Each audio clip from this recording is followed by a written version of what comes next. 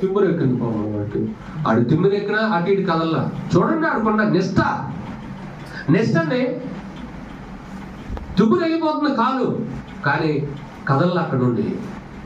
మనమైతే గోడలు జారపడతాం, అటు వెళ్తాం, ఇటు వెళ్తాం, బయటకు వెళ్తాం, లోపల.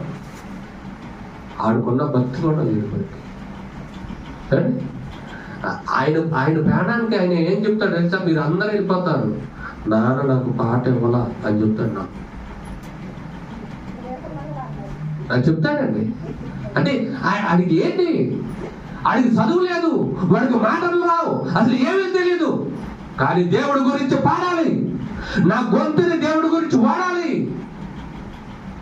అయ్యో, వాడికి అంత తాపత్రం, అంత ఎంబర్లాట ఉంటే అన్ని బాగున్నాం. మనకేంటంటే పక్షవాతం వచ్చిన వాళ్ళు ఎలా పడుకున్నాం